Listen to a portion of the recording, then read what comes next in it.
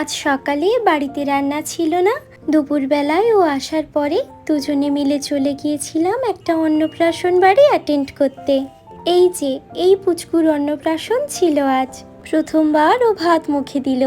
আমার যাওয়ার কথা ছিল সকাল থেকেই, কিন্তু বাড়িতে কিছু কাজ ছিল বলে আমি সকাল থেকে যেতে পারিনি, গিয়েছিলাম দুপুরবেলায়। কাল রাতে হয়েছিল ষষ্ঠী পুজো, আর সেটা আমার বুড়া মা করেছিল, মানে আমার দাদুর মা। আর সকালবেলাতে তো এই মুখে ভাতের অনুষ্ঠানটা হয়ে গিয়েছিল।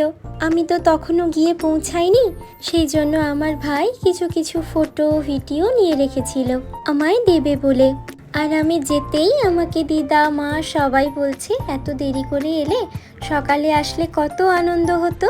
দিদা সঙ্গে সঙ্গে বলছে, তুই আসিসনি বলে তোর ভাইকে আমি বলেছি সব ভিডিও করে রাখতে, যাতে তোকে দিতে পারে পরে।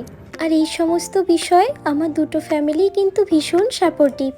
মা দিদা সবাই বলছিল একদম রাতে খেয়ে বাড়ি আসতে, কিন্তু আমি চলে এলাম। এসেই শুনছি বাইরে একটা জোর আওয়াজ হচ্ছে। আমি জানালা দিয়ে মুখ বাড়াতেই দেখি রাস্তায় কাজ চলছে।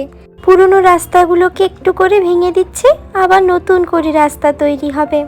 সেসব দেখে আমি ঠাকুরকে সন্ধে দিয়ে একটু নিজের জন্য টিফিন বানিয়ে নিচ্ছি।